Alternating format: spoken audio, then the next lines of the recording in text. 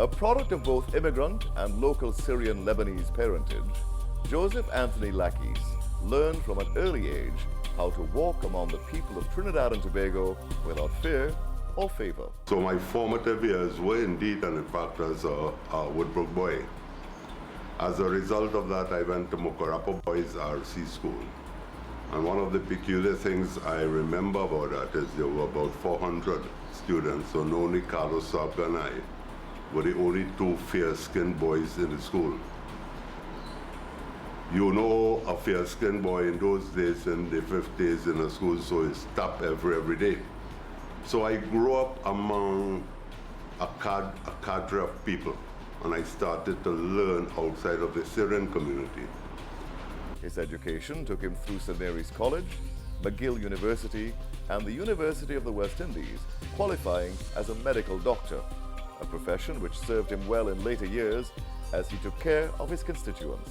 In 1981, after I finished my medical career and had practiced for 6 or 7 years, I heard Eric Williams saying, the person who wants to represent under the PNM must be those who want to uplift the citizens of our country who are most in need. And I just felt that I came from a very wealthy family. I was a medical doctor. I was doing very well, and I felt a very special need to help those who are in need. In 1981, the swelling population of the Northwestern Peninsula resulted in the addition of a third electoral district in the ward of Diego Martin. Feeling that he should enter the politics, Dr. Laquis approached his friend John Rahal to help him get nominated. I said, but Joe, where you get this idea from, and why Diego Martin Central? Of all the constituencies, you know, you should look for a constituency that is a safe seat for the PNM. He said, well, you're not going to be able to get that because all those safe seats are already taken. And the only seat that was available that did not have an incumbent or a shadow MP was Diego Martin Central. In the face of anticipated opposition by the leader of the emerging Organization for National Reconstruction, led by Carl Hudson Phillips, Dr. Laquis scored a surprising victory for the People's National Movement. And then the work began. Talk of pounding pavement, now he was a first-time candidate in a new constituency, and he started to work. And I was there with him, ensuring that there was no trace, no street, no house, no hut that he did not visit, go into, and meet with the people. I remember one evening around 2:30, and I called the campaign office, and he answered the phone. I said, Joe, what are you doing there? He said, well, it's 2:30 in the afternoon, John. What do you want me to do? I said, I want you to go outside on the pavement and stand on the sidewalk, and everybody that pass, shake their hand, or every car that pass, wave at them, man. That's what politics is all about, especially a newcomer like yourself. He said, okay, you know, okay. I said, not okay, get it done. And so that was all part of the kind of campaign that we ran. Well, needless to say, we won the seat. We won it convincingly. It took a lot of hard work. Joe did an excellent job. He cemented the seat for the PNM.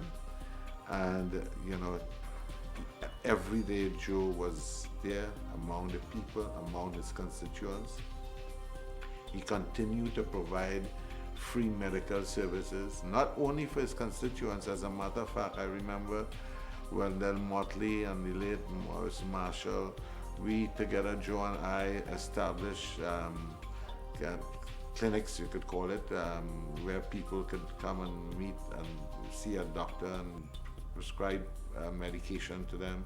You know, that's just one of the many things that we were able to do, as I said, not only for the Diego Martin Central constituency, but also for other constituencies that, you know, that needed it.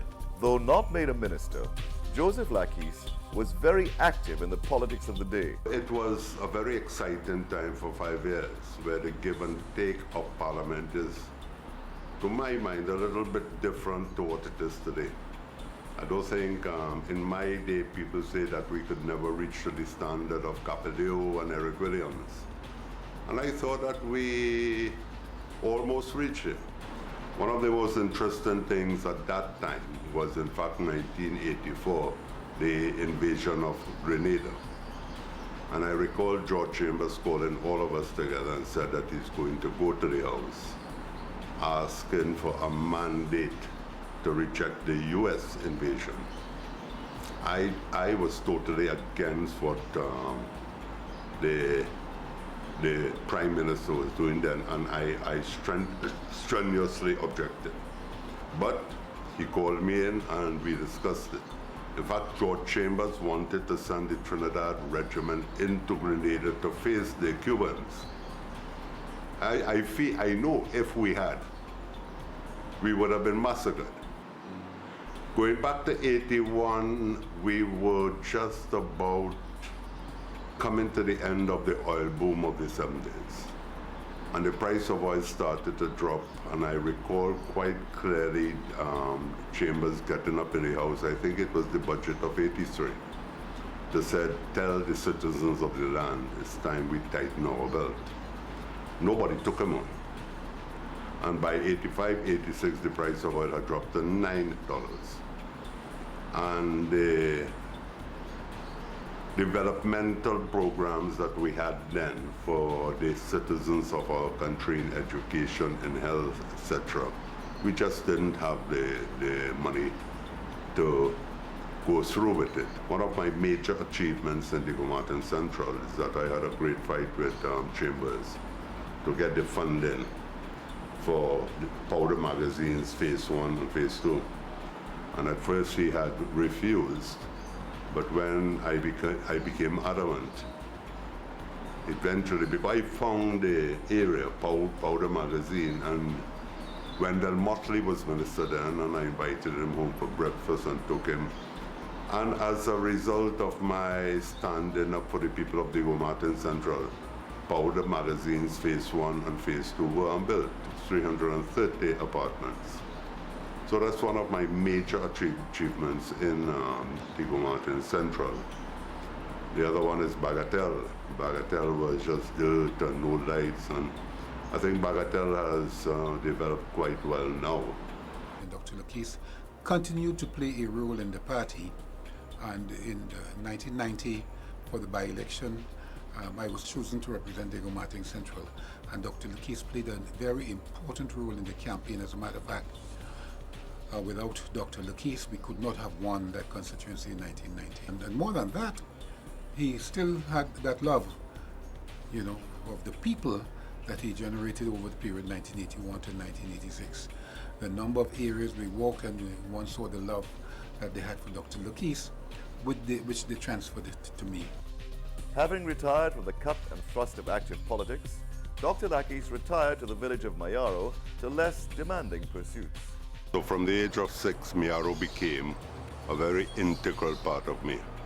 I remember those days when we had to walk with Adelco. We would stay in Mahana Hadaway home, and I began to love Mayaro.